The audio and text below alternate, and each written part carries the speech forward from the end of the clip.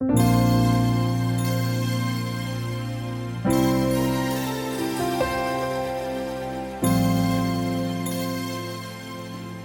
반갑습니다. 위기관리팀에 오니까 모든 게 다 위기 같다고 신분이 바뀔 뻔했도 하고 소속도 막 바꾸고 네, 많은 곳을 다녔는데 이렇게 이제 가족처럼 몇 분이 모여서 하는 건 오랜만에 해서 좋습니다. 네.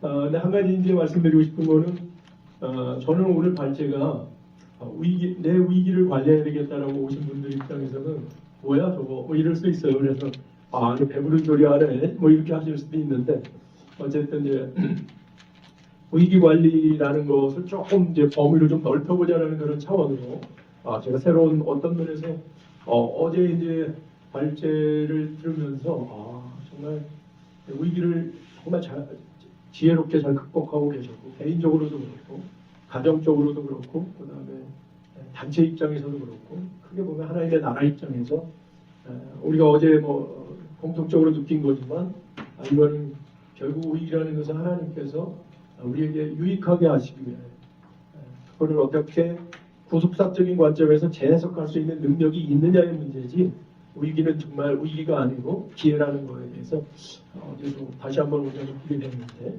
오늘 이제 그래서 위기관리재단도 위기를 관리하다가 대박을 맞아야 되지 않겠냐 그런 차원에서 위기관리재단의 새로운 비전에 대한 것으로 이렇게 한번 말씀을 나눠보도록 하겠습니다. 저는 한동대학교에 선교를 담당하고 있는 글로벌 사명원이라는 게 있는데 여기는 원장을 맡고 있고요. 국제지역학을 강의하고 있는 교수입니다. 저는 한동대학교에 와서 27년째 MK 지도교수 이 말을 해야 선교사님들한테 먹히더라고요. 뭐 지가 안 나타났으면 모르지만 한동대학교에서 내 밥 안 넘어가 27년 동안이니까 제가 이제 조금 이따도 얘기하겠지만 36세 회심했는데 선교 현장인 중국에서 선교사님들한테 제가 훈련받았어요. 거기서 전도받고 그리고 이제 홍콩에 가서 허드슨 테일러 4세가 하는 선교사 훈련학교에서 훈련받고 한동대학교에 와서 올해 27년 한동대학교에서 사역하고 있는데 그때 이제 선교사님이 내가 당신을 헌신시켰으니까 한동대에 가면 MK들이 많은데 그 친구들을 좀 돌봐라. 그 약속 하나로 올해 27년째 MK 지도교수를 하고 있고 MK들하고 같이 여기 오기 전에도 일주일 동안 제주에서 캠프했었고 또 7월 24일부터는 뉴욕으로 MK들 데리고 오고 매년 2월 달에는 또 MK들 한 30명 정도 뉴욕으로 데리고 와서 고석희 목사님 하시는 예수서 거기에 일주일 동안 그리고 이제 뉴욕도 좀 옆으로 세면 안 되는데 이것도 할 얘기 많은데 왜냐면 한 15년 MK를 지도교수를 했는데 제가 이제 미국 간다고 그러니까 애들이 막 되게 놀라는 거예요. 그래서 야 왜 니들 왜 놀래? 니들 미국 안 가봤어? 그러니까 박효태형인 거예요. 그래서 그때 15명 정도가 있었는데 저기 미국 갔다 온 사람 보니까 3명 손들더라고요. 그래서 내가 지도교수인데 다 가짜구나. 애들 진짜 상황은 모르고 그래 니들은 어디 갔었니? 그러니까 아버지 사역지하고 옆 나라 비자 때문에 왔다 갔다 했다 그러더라고요. 그래 그럼 내가 너희들하고 같이 미국을 같이 가자. 그래서 이제 그때부터 학생들을 데리고 이제 이렇게 다니고 있습니다. 저는 뭐 한국에서는 이제 오늘 설명하겠습니다만은 선교 전략에 대한 이야기들을 좀 많이 하고 있고요. 그렇습니다. 그래서 앞부분은 뭐 이미 어제 우리 김성 여사님께서도 이미 발제에서 충분한 말씀을 했기 때문에 21세기는 우리가 지식정보 사회라고 말하니까 뭐 정보가 왜 중요한지는 우리는 충분히 아시고 그런데 이제 중요한 거는 정보 사회이다 보니까 정보가 많아지는데 쓰잘데기 없는 정보가 많아서 이거를 어떻게 고급의 그 정보를 만들어낼 건가 이게 굉장히 중요하고요. 홍수가 지면 먹을 물이 없는 거와 똑같은 거죠. 또 하나는 뭐냐면 그래서 정보를 우리가 있으면 또 뭐예요? 우리가 만약 수집해야지. 수집하는데 이거를 분별할 수 있는 능력을 갖는 게 굉장히 중요하고 또 하나는 우리의 정보를 우리가 이제 남의 정보도 가져와야 되지만 선교사님들이니까 대부분 자기의 정보가 노출되지 않아야 되거든요. 그래서 이 방첩이라는 거에 중요성도 생각을 해야 되는 거고 그다음에 이제 우리가 정보를 생산하자 이런 얘기들 많이 하다 보면은 이제 아까 저기서 얘기했던 정보의 질하고 관련되어 있는데 고급화시키기 위해서는 정보는 집중화돼야 되고 사실 표준화돼야 되거든요. CIA가 뭐 여러 개 있는 게 아니잖아요. 하나만 있으면 돼요. 중앙, 센트럴. 이게 딱 돼 있어야 거기에 모든 것이 집약돼서 고급화될 수 있는. 또 하나 선교에서 이렇게 정보들 얘기하면은 각자 자기가 좋은 소견대로 막 정보들을 만들어내면 그건 표준화가 안 돼 있어서 비교할 수도 없고 그래서 결국은 정보의 질이 굉장히 많이 떨어지는 거다. 또 하나 중요한 거는 뭐냐면 그러면 선교에서 이제 저게 마지막에 이제 제가 하려고 하는 얘기인데 그러면 선교에서 정보가 필요하다면 누가 할 거냐면 정보원이 필요한 거예요. 정보원. 정보원을 어떻게 세울 것이냐. 그리고 그들을 어떻게 연결시킬 거냐. 그러니까 우리끼리만 하는 게 아니라 다른 사람들도 이곳에 와서 우리의 정보를 예를 들면 선교사님들이 만들어 놓은 정보를 기업이나 아니면 정부가 쓸 수 있도록 어떻게 플랫폼화할 거냐. 이게 이제 가장 중요한 거다 이렇게 얘기할 수 있겠습니다. 특별히 이제 선교하고 정보하고의 관계도 놓고 보면 굉장히 선교에서 정보가 중요한데 지금까지 얼마나 정보가 이렇게 중요하게 여겨졌는지 잘 모르겠어요. 우리가 이제 선교를 영적인 전쟁이라고 얘기하면 손자병법에서 집비지기면 백전불타라. 적을 알고 나를 알면 100번 싸우고 이태롭지 않다 그러는데 과연 우리가 선교를 해나가면서 현장에 대한 이해가 얼마나 많이 되고 있느냐. 사실은요. 굉장히 중요한 얘기인데요. 그래서 저는 이제 저 말씀과 이제 몇 가지 이제 민수기 말씀과 이런 걸 갖고 선교에서 정보가 얼마나 중요한가 이런 걸 굉장히 많이 내고 있습니다. 그래서 선교의 정책을 본부에서 결정할 때도 현장에 대한 이해가 분명해야 정보들을 만들어내는 거고 또 현장에서 중요한 의사결정을 해 나갈 때도 사실은 그냥 뭐 내 생각대로 가는 건 아니죠. 위에서 오는 건 분명히 있죠. 근데 위에서 오는 것만 하는 건 아니에요. 기존에 있는 주변에 있는 정보들 우리에게 지혜로다 허락하신 그 정보들과 하나님의 성령의 인도하심을 같이 받아야 되는 거지 저거를 세퍼레이트 할 수는 없다고 이렇게 보는 거죠. 그 다음에 이제 전략이라는 것은 사실은 현장으로부터 온다. 선교학이 아주 기본이죠. 선교 학자들이 전략 만들어내는 게 아니라 결국 현장에 있는 선교사님들이 정보를 전략을 만들어내는 게 맞는 거죠. 과연 그러면 우리는 한국의 선교는 정말 현장으로부터 전략이 나오고 있는가라는 이런 거죠.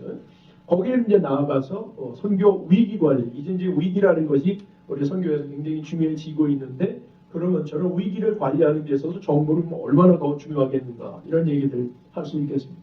그런데 이러한 중요함에도 불구하고 한국의 정보 현실은 어떤가?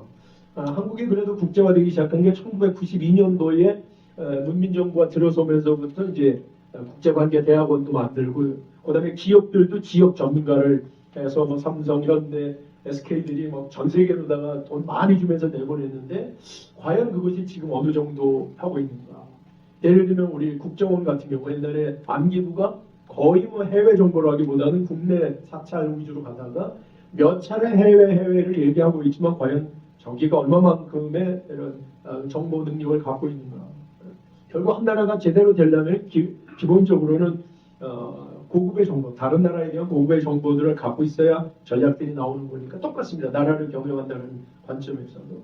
그러면 동일하게 기업과 대학의 정보, 그리고 그 정부 관련된 기관들의 정보 인프라는 어떤가? 말씀드리지 않아도 그래도 기업이 나은데 기업은 뭐 자기네들이 돈 되는 거하고만 관련이 있으니까 그거는 이제 응용 정보니까 그거 말고 사실은 우리가 선진화되고 제대로 가려면 뭐가 필요한 거죠? 돈이 안 될 것 같은 그냥 기본적인 정보, 인프라 정보가 굉장히 중요한데 그렇습니다. 그래서 이제 한국 선교는 우리가 이제 150년 한국 선교 역사를 이렇게 평가하다 보면 늘 얘기하는 게 있죠. 무전략 선교라고. 근데 이제 누구도 무전략 선교의 이유를 설명한 사람이 없어요. 근데 우리가 이 전략과 전술이라는 것은 어디에서 나오느냐면 사실은 정보와 첩보로부터 나오거든요. 그러면 정보와 첩보는 어디로부터 나오느냐면 조사와 연구로부터 나오는 거거든요. 그럼 우리가 만약에 전략에 부재한다라는 말은 결국은 선교 현장에 대해서 우리가 뭐 하지 않았다? 연구하지 않고 조사하지 않았다. 이게 이제 제가 20년 동안 계속 하는 얘기예요. 한국 선교가 전략이 없는 이유는 조사하지 않았다, 연구하지 않았다. 이 얘기예요. 제가 이제 중국 선교, 중국의 전문가이기 때문에 중국에 관련된 논문들을 많이 쓰고요. 우리가 이제 뭐 GMS도 마찬가지고 많은 선교 단체들이 중국에서 선교사들이 대거 비자발적인 퇴출을 당했는데 저는 옛날에 논문을 통해서 중국이 2020년 가까이 되면은 대부분의 선교사들을 퇴출할 거라는 것을 논문으로 여러 차례 제가 발표를 했는데 몇 명이 그 논문을 읽었는지 모르고 선교단체들은 그때 막 퇴출 당하니까 당황해가지고 그러더라고요. 여러분 퇴출이라는 거는 단순한 퇴출의 문제가 아니라 거기에서 리더십의 이양 이거하고 연결되어 있기 때문에 리더십이 이양되지 않은 상태에서 퇴출을 되어지면 사실 거기에 있는 사역들이 쉽게 사라지는 그 엄청난 매몰 비용이 생기는 거하고 연결되어 있기 때문에 사실은 선교 현장에서는 끊임없는 리더십의 이양에 대한 전략들을 가지고 있어야 되는 거죠. 예, 좋습니다. 그래서 이게 중국의 종교 통제, 이 통일전선 전술 관점에서 중국의 사회를 읽어보면 이제 옛날에는 쉽게 얘기하면 아주 간단히 얘기하면 이런 거예요. 중국은 통일전선 전술이라는 게 있는데 여기에는 주요 모순이라는 게 있고 차여 모순이라는 게 있습니다. 주요 모순, 큰 모순하고 싸울 때는 다른 모든 모순들하고는 협력합니다. 이게 통일된 전선에서 싸운다는 거예요. 그러니까 중국의 등소평이가 개혁 개방을 할 때는 주요 모순이 뭐냐면 경제 모순이에요. 잘 먹고 잘 사는 게 그들에게 첫 번째 목표란 말이에요. 그러면 해외에서 들어온 선교사들이나 이런 거는 이런 세력들은 자기네들하고는 협력할 왜 경제에 도움이 되니까 그들을 내비둬야 자기 경제가 올라가니까. 그러면 이제 조금 있으면 경제 모순이 거의 다 사라지고 나면 경제 모순이 사라지면 그 다음에 부차 모순, 차요 모순이 뭐가 되는 거예요? 주요 모순이 되는 거예요. 이건 뭐 그냥 기본적으로 나오는 거거든요. 그럼 중국이 2020년 정도 그 전에 되면 벌써 2010년에 G2가 됐으니까 그 다음에 2020년 정도 되면은 경제 문제는 어느 정도 해결이 됐기 때문에 그 다음에 민족 모순이나 종교 모순이 주요 모순이 될 거다. 그러면 이때쯤 되면 다 쫓겨날 거다. 예측했는데 본 사람들이 별로 없는 거죠, 사실. 그래서 이제 뭐 일이 터지고 나면 이제 정보가 왜 중요한지 그때서 알게 되는 거죠, 사실. 이런 한 2개 정도의 논문을 통해서 얘기했었고요. 저는 개인적으로는 제가 예수 믿기 전에는 이제 교수가 되기 전에는 뭐를 했느냐면 정치를 했습니다, 한국에서. 그래서 88년도 13대 국회 보좌관으로 정치를 좀 해서 세상을 변화시키는 게 뭔지에 대해서 조금은 알고 다만 정치하고 저하고는 잘 안 맞는 거예요. 저는 얼굴에 기분 나쁘면 다 얼굴에 표정이 나고 좋으면 확 좋아갖고 이러거든요. 그러니까 거기서는 절대 못하겠다. 그래서 그 장마철에 물 구경 갔다가는 자칫하면 내 옷에 다 튀니까 옷 벗어서 지금 장롱 속에 넣어놨습니다. 혹시 하나님 허락하시면 그거 다시 빼입을 넘어갔죠. 그랬고 그다음에 그 군대 가갖고는 제가 뭘 했냐면 060 주특기입니다. 아시는 분 계실까 모르겠네요. 정보 주특기입니다. 저는 왜 제가 060을 했는지 몰라요.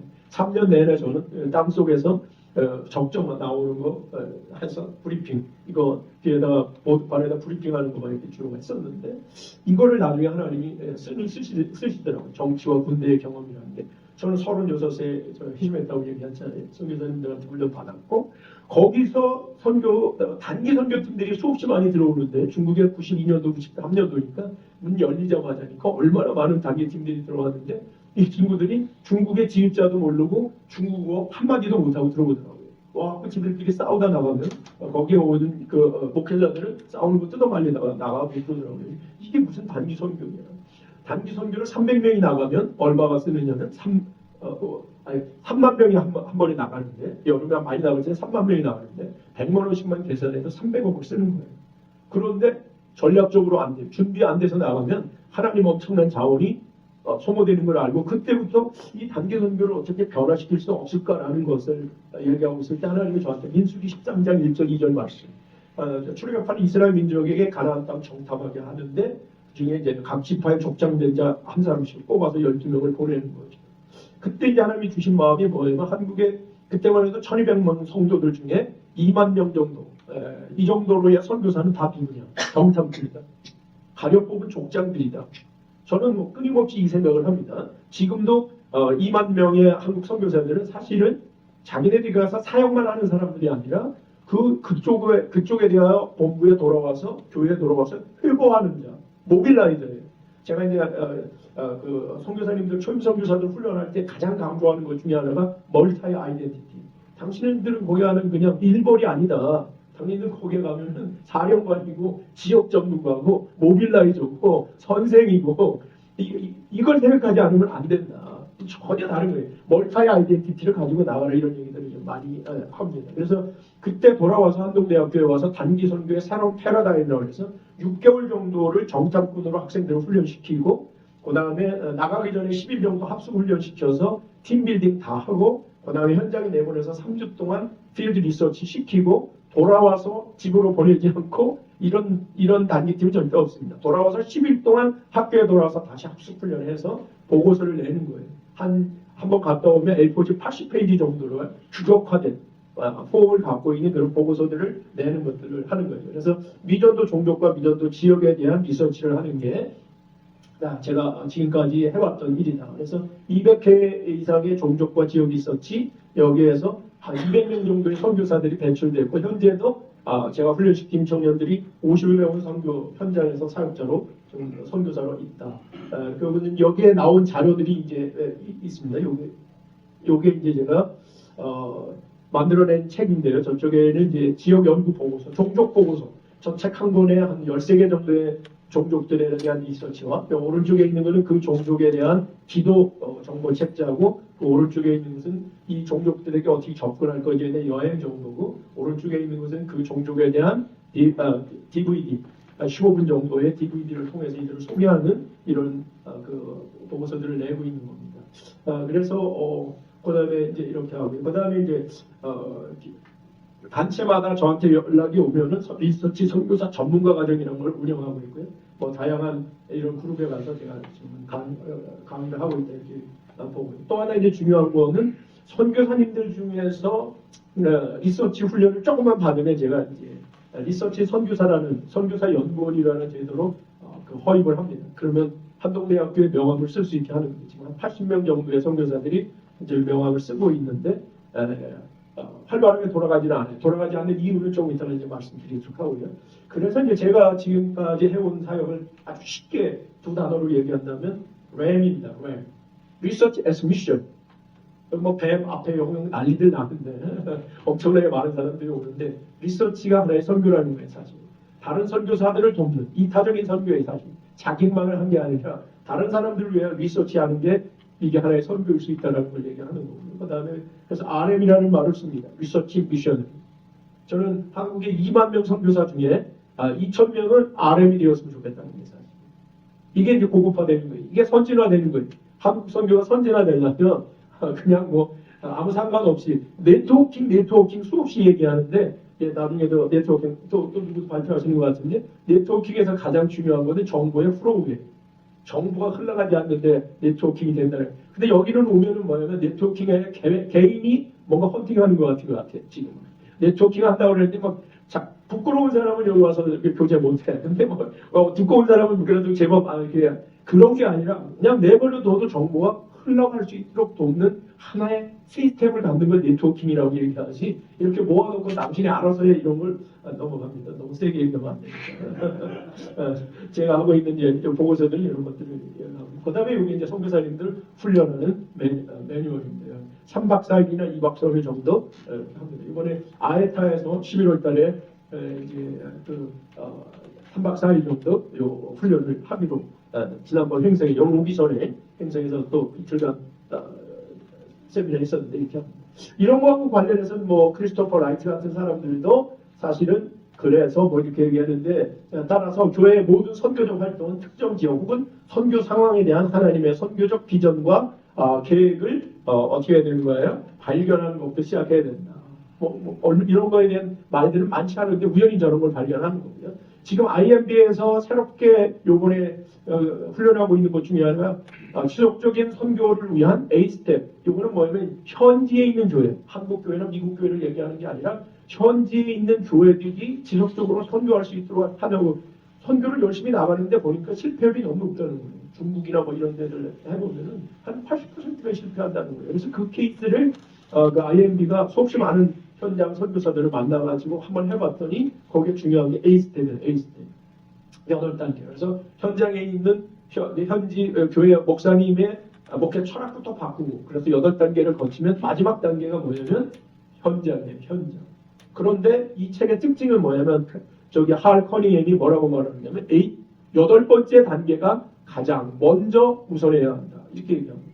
그래서 선교는 어디로부터 배워야 된다? 현장과 현지인으로부터 배워야 한다. 이렇게 얘기합니다. 그래서 지금 제주에서 이런 걸 갖고 중국 그 목회자들 훈련하는데 제가 저도 가서 IMB와 같이 협력해서 강의하고 이렇게 하고 있습니다. 그래서 이제 이런 걸 뭐 시간이 없으니까 뭐 선교 환경의 변화, 뭐 많은 분들이 뭐 코비드에 대해서 이야기했지만 이건 뭐 아까도 에드 폰테스 말씀도 하셨고 그랬는데 모든 게 사실은 가장 중요한 거 하나만 더 얘기하면 이제 우리한테 주어진 사이버 공간이라는 거 이번에도 그 디지털 이쪽이 아주 굉장히 인기가 많고 AI 노래를 우리 룸메이트가 만들어 왔는데 노래 아무것도 모르는데 AI한테 이야기했더니 그냥 자기의 마음을 그대로 닮아서 사모님한테 딱 올려서 헌정하는 찬송가를 하나 만들어 오셨더라고요. 그렇게 되는 거예요. 그래서 저 콘텐츠가 답이고 저 사이버 공간을 우리가 뺏기지 않으려면 사실은 이런 변화들에 대하여 정보나 이런 변화들에 대하여 콘텐츠가 답이다. 이런 거에 대한 고민들을 좀 해야지 된다는 거예요. 시간 많지 않으니까 선교 지역 연구에 대하여 조금만 좀 말씀을 드리면 그러면 선교 지역 연구가 뭐냐라는 거는 타자 나가 아닌 다른 지역에 대하여 열심히 그들이 어떤 사람들인지 종합성과 실체성을 파악해가지고 이것을 통하여 그들을 어떻게 복음화할 것인가라는 전략을 도출하는 것을 우리는 선교 지역 연구다 이런 말을 씁니다. 그래서 지역 연구라는 것은 사실은 이제 빨리 설명하기 위해서 지역 연구는 제가 이름을 붙였지만 왕의 학문이라고 말을 해요. 국제 정치에서 누가 지역 연구를 가장 많이 하느냐? 뭐 말할 것도 없어요. 지완이 누가 많이 할까요? 미국이 많이 합니다. 지금 미국이 1차, 2차 세계대전 끝나고 폭탄 하나 잘 터뜨려서 세계 중심 국가가 됐는데 대외 전략을 만들어내야 되지 않겠어요? 예를 들면 국방 전략, 외교 전략, 통상 전략 이런 걸 만들어내야 되는데 아니 신생 독립 국가가 다른 나라에 대한 뭐 정보가 없는 거예요. 그래서 초기에 뭘 했었냐면 군대를 통하여 정보를 모았었는데 군대는 아무래도 딱딱하니까 잘 안 되는 거예요. 그 다음에 만드는 게 CIA이고요. 사실은 그 전에 또 하나 만드는 거는 아이브리그에 있는 대부분의 대학들한테 지역 연구소들을 세웁니다. 우리 그 하버드의 연경 연구소 이게 이제 중국 연구하는 거고요. 콜롬비아의 동아시아 연구소 이런 연구소들을 세우는 게 엄청난 비용을 들여서 그런 걸 세우는 거죠, 사실은요. 저런 것들이 결과적으로는 그 정보들이 정부가 쓰는 거예요, 사실은. 네. 그 다음에 이제 CIA를 만들어서 해나가는 거죠. 그래서 지금 두 번째로 그러면 지역 연구를 많이 하는 나라가 어느 나라일까? 그럼 무조건 중국입니다. 중국 유학생들 보내면 다 스파이라고 생각하시면 되는 거고요. 그래서 지금 국제정치에서 쓰는 말인데 누가 강대국이냐, 누가 슈퍼파워냐라고 얘기하느냐, 하드파워와 소프트파워를 말합니다. 하드파워는 옛날에는 하드파워가 강하면 이게 이제 강대국이에요. 하드파워라는 건 뭘 얘기하면 땅의 면적, 그다음에 군대의 수, 인구의 수 이런 게 하드파워예요. 근데 소프트파워는 뭐냐면 지식, 기술, 정보 이런 것들이죠. 뭐 지금은 땅이 넓다고 절대로 슈퍼파워가 되는 게 아닙니다. 작은 나라지만 저렇게 지식과 정보와 기술을 많이 가지면 슈퍼파워가 될 수 있는 거죠. 우리가 하나님을 왕이라고 할 때 그 속성이 가장 중요한 게 뭐죠? 전지성과 전능성이에요, 사실. 그래서 일단 먼저 가장 중요한 게 뭐예요? 전지성, all knowing. 우리의 안고 있는 순간 모든 걸 알기 때문에 그분이 왕이 되시는 거예요. 한국의 지도자들이 왜 욕을 얻어먹느냐? 국민들의 마음을 모르기 때문에. 근데 지가 왕 노릇하려고 하는 거예요, 사실은. 거기다 전능하지도 않잖아요. 그러니까 해결도 못하고. 어쨌든 우리가 천국을 소망하는 것은 저 전지전능한 하나님의 통치를 기대하는 것이다. 이렇게 얘기할 수 있어요. 그래서 저는 한 20년 전부터 한국이 세계 선교의 두 번째 강대국이라는 말에 대하여 제가 그렇지 않을 수 있다는 것을 강하게 이야기했습니다. 왜? 하드 파워로는 2등이에요. 27,000명, 8,000명까지 내보냈으니까. 근데 소프트 파워로는 우리는 아직도 2등이 아닙니다. 우리가 명실상부한 저기가 되려면 사실은 소프트 파워를 늘리는 것이 한국 선교에 굉장히 중요한 것이다. 그래서 늘 제가 이제 훈련할 때마다 쓰는 용어가 뭐냐면 연구 없이 전략 없고 전략 없이 승리 없다. 영적 전쟁에서 승리하려면 연구와 전략이 필요하다 이렇게 설명하고 있는 겁니다. 그래서 이제 25년간 제가 계속 해왔던 거는 뭐 이거예요. 선교 현장과 여기 교회와 선교 단체를 연결하는 가운데 중요한 이따가 조금 더 설명하겠습니다만은 현장에서의 선교사님들이 선교 정보들을 지역의 정보들을 수집하면 저거를 전문으로 가공하는 연구기관이 있어야 되고 이것을 또 보급하는 언론기관이 있어야 되고 그리고 이거를 활용하는 선교단체와 본부가 있어야 교회가 있어야 이것이 플로우가 계속 일어나는 거예요. 그럼 이쪽에서 선교단체와 교회는 전략을 만들어서 이거를 다시 현장에 있는 선교사들한테 보내고 이게 피드백으로 이렇게 자연스럽게 돌아가야 돼요. 여기서 이제 가장 중요한 개념이 뭐냐면 네트워킹에서 가장 중요한 개념 중에 하나는 저 가운데 있는 네트워킹의 바디라는 게 바디. 한국 선교계는요 네트워킹에 좀 바디 개념이 없어요. 예를 들면 새들이 모여서 회의를 하려면 새들끼리만 모여서는 절대로 회의를 할 수가 없습니다. 뭐가 필요하냐면 나무가 필요한 거예요. 그래서 큰 가지에 큰 새가, 작은 가지에 작은 새가 일정한 거리를 가지고 지지배배 하면서 대화를 하는 거지. 이렇게 하면서 1시간 동안 이게 해주는 게 아니라 거예요, 사실은요. 여러분, 피가 있는데요. 피가 산소와 영양분을 보급하려면 피만 모아놓으면 그게 선지가 되는 거예요, 선지가. 여기에 뭐가 있어야 되느냐면 혈관이 있어야 되는 거예요. 여기에서 네트워킹의 바디에 갖고 있는 두 가지 속성이 있는데 하나는 중립성이에요. 나무는 새가 아니고 혈관은 피가 아닙니다. 우리가 다툴 필요가 없어요. 중립성이 중립성. 또 하나는 종합성이 있어야 돼요. 큰 새, 작은 새가 다 앉아야 되고요. 작은 혈관과 큰 혈관은 다 골고루 뿌려야 돼요. 그래서 우리의 기독교 기관, 이제 요번에 제가 여기 와갖고 한 가지 내가 미스했다라고 생각하는 게 뭐냐면 이 대회에서 다음번 대회에서는 제가 그걸 하려고 합니다. 기독교 기관과 선교와의 연합 세션을 하나 만들어야 돼요. 언론 나와야 되고요. 대학교 나와야 되고요. 아니, 대학하고 협력하려면 제가 막 일일이 찾아다니면서 우리하고 뭐 합치다 한 동네 앞에 4,500명이 지금 대기하고 있는데 마음대로 써라 이런 거를 여기 세션을 하나 만들어서 이제 해야 되겠다. 그 다음에 여기 미국 미주에 있는 대학 청년들 몇 분 오셨으니까 같이 좀 설명해가지고 그 다음에 이제 방송 몇 하고만 오면 또 기업들하고 오면 사실은 이 안에서 이게 이제 내부자적으로다만 보니까 선교사, 선교단체, 목사님 이분들끼리만 얘기하니까 맨 아래 얘기만 하는 거예요 사실. 기독교 기관들이 협력을 한다고 얘기하면 얼마나 많은 일들이 벌어집니까? 그 중에 하나가 비즈니스 미션 아니에요? 그런데 이게 뭐예요? 비즈니스 미션이라는 게 어떤 면에서 놓고 보면 저쪽 것 얘기하면 안 되지만 그래도 잠깐 얘기하면 아니 기독교인이 기업을 잘하는 분들이 선교를 하면 빨리 효과가 나타날 텐데 선교사님들이 갑자기 뭐 바리스타 배워가지고 이렇게 해갖고 아니 그 맛에 누가 넘어가 아니 그만 넘어가 제대로 해야지 되는데 남은 뭐 장사도 못하는데 영업도 잘하고 선교도 잘하고 두 가지를 잘하는 게 얼마나 힘들겠어요. 그냥 잘하는 사람들이 할 수 있도록 하고 이 기존에 있는 대학이 갖고 있는 인프라가 있잖아요. 그 다음에 리소스가 얼마나 많아요. 그거를 활용할 수 있도록 선교계가 연결하는 게 훨씬 더 빠른 게 아닌가라는 그런. 그래서 다음에는 반드시 그걸 만들 때 그때 많이 오십시오. 네. 근데 이제 제가 요 얘기 하나를 하려야 돼요. 그게 이제 제가 한 20년 전부터 25년 전부터 이 얘기를 했었는데 사실은 제가 IMB에 한번 갔다가 리치몬드 IMB에 갔다가 놀라운 걸 발견한 거죠. 해안에 살 수는 없고요. 그 다음에 벌써 남들은 저거 하고 있더라고요. 또 하나 중요한 것은 뭐냐면 내가 걸어가고 있는 길이 의롭다고 생각했는데 누군가 그 길을 같이 걸어가는 걸 발견할 때 굉장히 기쁘거든요. 리치몬드에 갔더니요. 저런 게 있습니다. 리치몬드는요. 5천명이 넘는 선교사들이 다 저 필드에 있는 저들을 여기에 뭐라고 되어 있느냐면 저 필드 밑에 보면 프라이머리 리서치라고 되어 있어요. 저 사람들 다 리서치예요. 선교사가. 듀얼 아이덴티티를 갖는다고요. 멀타이 아이덴티티를 갖는다고요. 저 피플 그룹 안에 미셔너리들이 각자의 정보들을 어디로 보내느냐면 리저널 오피스로 보내는 거예요. 중국의 남부 서부 뭐 다 있잖아요. 보내는 그 리저널 오피서의 공식 명칭이 뭐냐면 RRC예요. 리저널 리서치 코디네이터. 이런 개념을 이미 하고 있는 거예요. 저는 뭐 열심히 외치고 다녔는데 이미 하고 있는 거예요. 소대장, 중대장, 대대장, 연대장, 사단장 이런 사람들이 선교 현장에서 정보를 누구한테 리저널 오피스로 보내오면 그 중에 괜찮은 정보를 어디로 보내는 거냐? 리치몬드에 있는 GRD, 글로벌 리서치 디파트먼트로 보내는 거예요. 그럼 여기서 뭐냐면 분석조가 7명 있습니다. 7명이 분석해서 뭘 만들어요? 스트래티지를 만들어내면 저쪽에 OLT, 오버시 리더십 팀으로 보내는 거예요.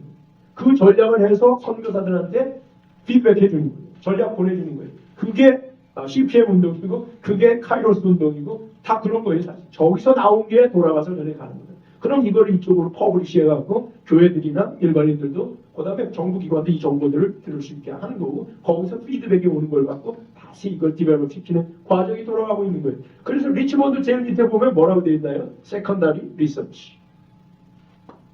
한국에 2만 명의 선교사들이 나가 있는데 그분들 중에 2,000명만 정말 저쪽에 프라이머리 리서처로 우리가 활용한다고 얘기하면 이 안에 우리가 저런 정보 센터들을 만드는 게 얼마나 중요한가.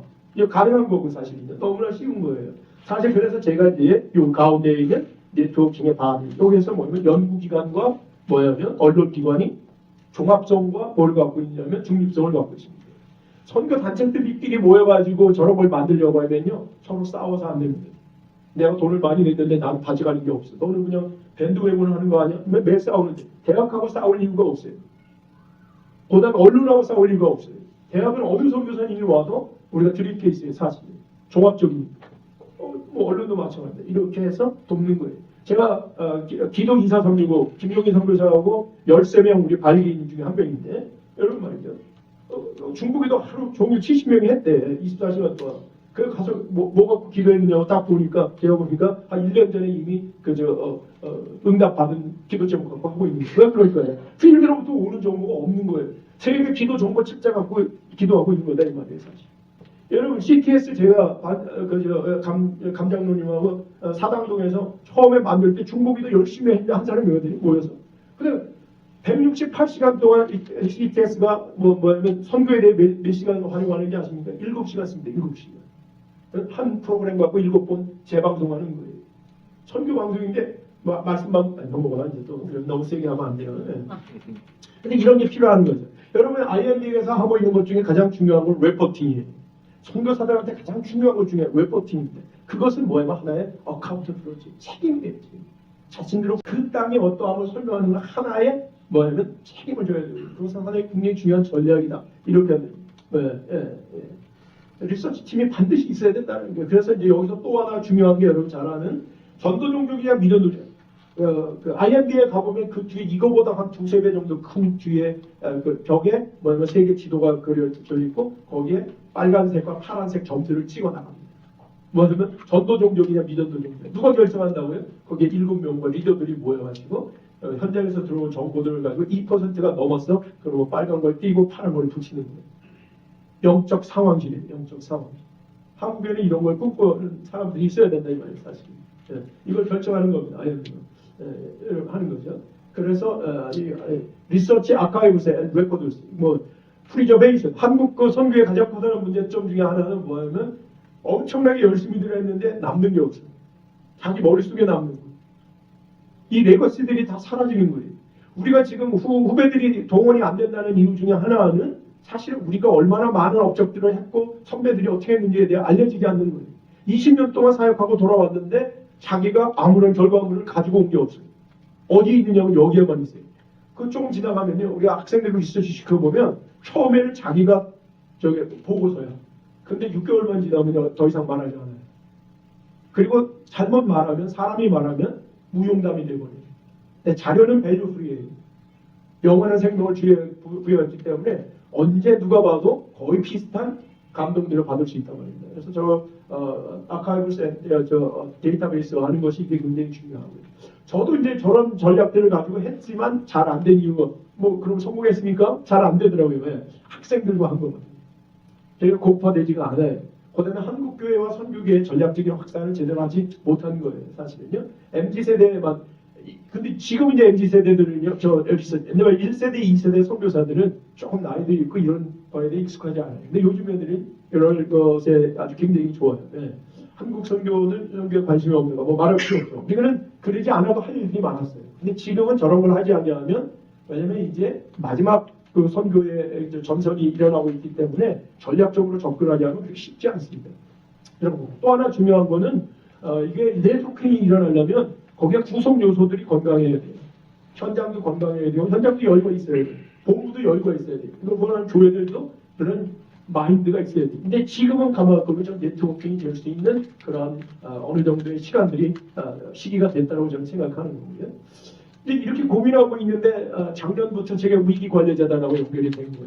저는 그러니까 그 전에 계속해서 선교사들 등에 RF 2,000명을 만들어내자. 11조 하자 이랬는데 잘 안 되는데 위기관리재단하고 만나서 봤더니 위기관리재단은 굉장히 조직적이고 잘 하고 있죠. 13년 동안 잘 하셨더라고요. 그래서 여기서 가장 중요한 게 봤더니 현장에 있는 시니어급의 아주 실력 있는 선교사님들을 위기관리사로 선정하고 이분들 훈련하는 걸 하더라고요. 아니 이 정도로의 member들이면 그게 만약에 70명에서 90명 정도 100명 정도 된다고 얘기하고 그러니까 200명 정도 된다고 얘기하면 엄청난 정보들이 모아질 수 있다는 생각을 해서 제가 지금까지 했던 거하고 위기관리재단하고 어떻게 연결할 수 있을까 그러다가 지금까지 위기관리라는 것이 어떤 개념이었냐면 사후적 위기관리. 사고가 나면 그거에 대해서 우리가 어떻게 대처해야 돼요. 어떻게 레스큐하고 뭐 하고 하는 이런 것들인데 그러지 말고 예방적 위기관리, 적극적 위기관리. 또는 총체적 위기관리라는 새로운 개념을 제가 이제 제시하면서 위기관리재단하고 이 두 가지를 한번 연결해 보자. 그래서 위기의 개념. 그래서 이제 그래서 제가 혼날 수 있다는 거예요. 우리는 지금 힘들어 죽겠는데 무슨 뭐 적극적 위기관리 이런 소리 하고 있어? 왜 그러면 그냥 영사하시고 들어주셔야 됩니다. 왜냐면 나중에 가는 우리가 비전을 제가 제시하는 거니까 정보의 개념을 확장하면 그렇게 할 수 있습니다. 사실 위기 중에 여러 위기를 얘기하지만 한국 선교의 최대 위기 중에 하나는 말이죠. 선교사들의 침체입니다. 피로감이요. 지금 안 된다고 생각하고 있는 뭐 글로벌 사우스도 있고 막 이런 것들이 있지만 또 상당 부분의 선교사님들이 지쳐 있어요. 건강도 잃어버리고. 그것도 굉장히 중요한 위기예요, 사실. 그런 것들을 우리가 어떻게 저런 정보 같은 것들이나 이런 것들을 제공하고 제대로 된 전략들을 제공하고 모델들을 제시하는 걸 통해서 그분들을 격려하고 돕느냐라는 것도 위기관리에서 조금 더 적극적으로 하면 굉장히 중요하고 그래서 제가 이제 총체적 위기관리라는 개념을 제시하고 있는 거죠. 그래서 두 기관이 잘 협력하면 되겠다 이렇게 얘기해서 그냥 빨리 넘어가고요. 그래서 이제 뭐냐면 제가 고민하는 건 뭐냐면 한국 위기관리정보원이라는 이런 기관을 만드는 게 어떨까. 그래서 이제 쉽게 얘기하면 선교 현장에서 그 위기관리사로 여기에도 그런 대표들이 몇 분 계시는데 코디네이터들이 몇 분 계시는데 그분들의 숫자를 계속해서 늘리고 그분들한테 이 리서치나 정보에 대한 훈련들을 조금 더 실질적으로 시켜드리면 그래서 만약에 2,000명이 만약에 된다 그러면 한 달에 한 번씩만 정보를 보내온다고 얘기하면 본부에는 얼마나 많은 정보가 쌓일까요? 뭐 올해 자주 내보내는 것도 아니에요. 한 달에 한 번만 내보낸다고 하더라도 그 정보들이 쌓여지면 엄청난 정보. 그런 현장에 있는 본부에 있는 분들이 그만 분석만 해서 고급의 정보를 만들어내려고. 그래서 현장에 있는 분들한테 뭐 정보를 엄청나게 뭘 만들어내는 게 아니라 있는 정보들만 1차적인 것만 수집해서 보내기만 하면 가공팀들이 여기서 분석팀들이 있으니까 이게 가공하는 거고 이거를 이제 보고 언론하고 연결돼서 홍보하고 보고받는 그다음에 뭐 인터넷이 있으니까 지금은 얼마든지 가능합니다. 그래서 교회와 선교단체들이 활용할 수 있도록 하는 위기관리 정보원을 만들어내는 게 필요하지 않느냐 이렇게 얘기할 수 있고요. 뭐 이런 그렇습니다. 그래서 어쨌든 소극적 위기관리 넘어서서 적극적으로 제시하는 거고 위기에 처한 선교사들을 돕고 나아가 위기를 예측하고 단순히 뭐 정보 전략만을 만들어내는 게 아니라 위기를 예측하고 예방하는 거예요. 제가 예를 들면 아까도 말씀드렸던 것처럼 중국 같은 경우에는 선교사들 퇴출이라는 위기에 대하여 벌써 이미 예측했거든요. 7, 8년 전에 예측했거든요. 그러면 준비했어야 된다고요. 그러니까 전략적으로 우리가 협력이 되어 있다고 얘기하면 준비했어야 되고 행여 그날이 안 오더라도 리더십 2항에 대해 미리 준비. 여러분 리더십 2항이라는 게 열쇠를 맡기고 오는 게 리더십 2항이 아니거든요. 그 지도자가 가지고 있었던 사역적 철학을 현지에 있는 지도자들에게 이양하는 것을 우리가 리더십 이양이라고 얘기합니다. 그냥 열쇠만 맡기고 오면요. 선교사가 자기의 원칙이나 철학을 제대로 이전하지 않으면 3년 안에 다 말아먹는 거예요. 그런 면에서 놓고 보면 저건 늘 준비해야 되는 것이거든요. 그건 이제 사실 선교 리더십에서 우리가 또 이번에 우리가 또 뭘 하려고 하니까 위기 리더십하고 관련해서 이런 얘기들 좀 할 거고요. 그래서 한국 선교사의 10의 1조를 정보 선교사 또는 위기관리 선교사, 아까 RM 리서치 선교사 개념으로다가 뭐 어느 용어를 쓸지는 뭐 남이 결정하면 되니까 훈련해서 지역별 국제위기관리센터, 지역별 센터에다가 그거를 퍼실리테이터를 설치해서 그리고 본부에서는 이런 거를 분석하는 조와 그다음에 활용하는 조로 만들면 됩니다. 그리고 구조와 기능은 뭐 그렇게 대단하지 않아요. 아까 우리가 IMB의 걸 보여드렸으니까 그렇게 하면 됩니다. 그래서 이제 여기서 주로 하는 것들은 뭐냐면 선교 현장으로부터의 정기 비정기의 정보들을 획득하는 거예요. 무슨 사고가 날 것 같다 또는 사고가 났다 그 정보 넣어야 되고 어떤 변화들이 있다 그걸 알 수 있는 현장에 있는 분들이 조금씩 보내오면 이거를 맥락적인 정보 그 정보만 갖고 안 됩니다. 여기에 안기부나 국정원이나 외교부가 갖고 있는 정보하고 대학이 갖고 있는 정보들하고 연결해서 제대로 된 정보를 만들어내고 그러다 보면 그런 것들이 모여지면 정기 정보 동향이나 보고서들이 발간되어지고 이걸 조금 더 나가면 선교사님들이 여기에 이렇게 훈련이 되어지면 선교사님들을 위한 선교 전략과 관련되어 있는 학술지를 만들어내는 거죠. 한국에 2만 8천 명 정도의 선교사들이 이렇게 오래 있었는데 선교사들에 의한 정말 학술적인 저널도 못 만들어지는데 그거는 뭐 하나 장기적으로 충분히 만들어질 수 있다. 여기에서만 보고서들이 조금 숫자들이 되면 여기까지 이제 제가 도우려고 대학이 할 수 있는 게 사실 이런 거거든요. 사실은 도와줄 수 있고. 그래서 한국위기관리재단 위기관리정보원이라는 걸 두면 이거를 운영하는 팀들과 지역수요대 몇 개 두면 그리고 이거를 홍보하는 팀만 하면은 충분히 이해할 수 있을 테니까 이렇습니다. 그래서 이제 아까 여기는 요거는 이제 시간이 없으니까 우리가 하는 것 중에 한국선교의 최대 과제는 뭐냐면 연합과 네트워킹이 부재하다. 네트워킹이라는 게 뭔지, 연합이라는 게 뭔지 잘 모르고 네트워킹에 있어서의 뭐냐면은 네트워킹의 바디 개념이 부족하다.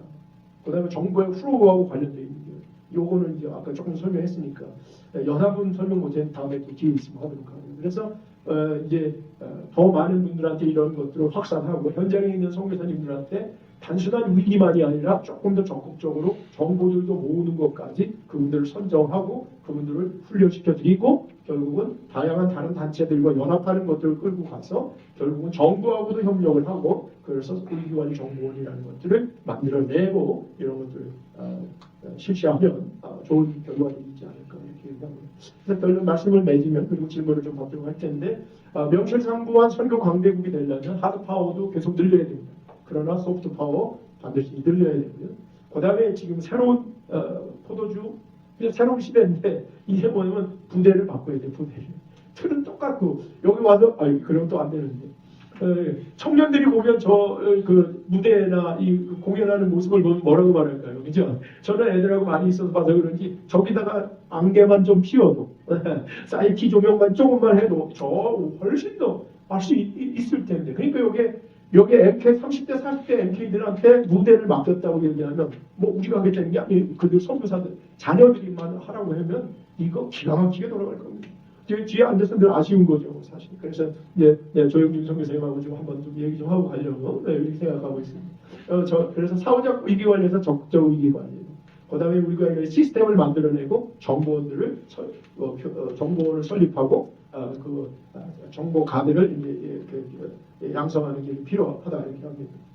마지막 공개의 말씀으로 매듭을 친다고 얘기하면 우리한테 첫 번째 중요한 거는 아는 거예요. 지지자 선교에 대해서 제대로. 근데 이제 우리가 늘 뭐 한국교회 지금 최대의 문제점을 한마디로 하라고 뭐라고 말하죠? 교회가 복음의 총체성을 담아내고 있지 못하다. 어제도 어떤 분이 얘기했는데 맹인이 뭐를 만지는 거와 똑같은 거죠.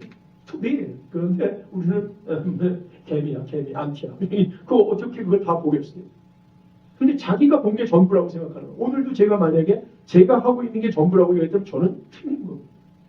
저는 그 중에 하나를 여러분한테 제시하는 거고 그래서 우리한테 군맹무상이라는 맹인이 코끼리를 만진다는 말의 가장 큰 의미는 뭐냐면 맹인은 코끼리를 절대 전체적으로 볼 수 없다는 거예요. 그럼 우리는 뭐냐면 복음의 전체를 절대 볼 수 없다는 거예요. 그걸 인정해야 합니다. 근데 여기 와서 보면 뭐는 옳고 뭐는 틀리다 그러는 건 그건 잘못. 혹시 제가 그런 표현을 썼다고 얘기하면 그건 그런 의도는 아니라는 거예요. 이걸 조금 강조하기 위해서 조금 해온 거지. 저는 그 중에 한 부분을 본 거예요. 그런 하나님의 하실 이 넓은 부분은 있기 때문에 이것도 기여해야 한다고 이렇게 생각하는 거예요. 그래서 지지자보다 더 중요한 것은 호지자입니다. 좋아해야 돼요. 지역연구 좋아하는 분들이 필요해요. 지역연구가 뭔지 아는 사람들은 많이 있을 수 있는데 그걸 좋아하는 사람들이고요. 좋아하는 것보다 더 중요한 것은 즐길 줄 아는 사람. 선교 오늘도 그런 얘기들 많이들 나오는데 근데 이제 다 가장 중요한 건 뭐예요? 중용이에요. 중용. 이것도 하고 쉬기도 하고 열심히도 해야지 뭐 쉬기만 하면 그건 게으른 거지 뭐 열심히 한 사람이 쉬는 거지. 쉼이라는 건 열심히 한 자한테 있는 거지. 열심히도 안 했는데 뭘 쉬어 놀기만 하고 게으른 거지. 또 넘어가 그래요. 그래서 지지자 부려 호지자라 호지자 부려 낙지자라 즐김 워십하는 거야. 즐기는 거 하는 거고. 그래서 다시 한번 정보 없이 전력 없고 전력 없이 승리 없다. 그래서 이 지역 연구와 위기 관리가 같이 연결되어지면 위기 관리도 살고 지역 연구도 살고 아주 좋은 시너지를 기대하면서 강의 여기까지 마치겠습니다. 감사합니다.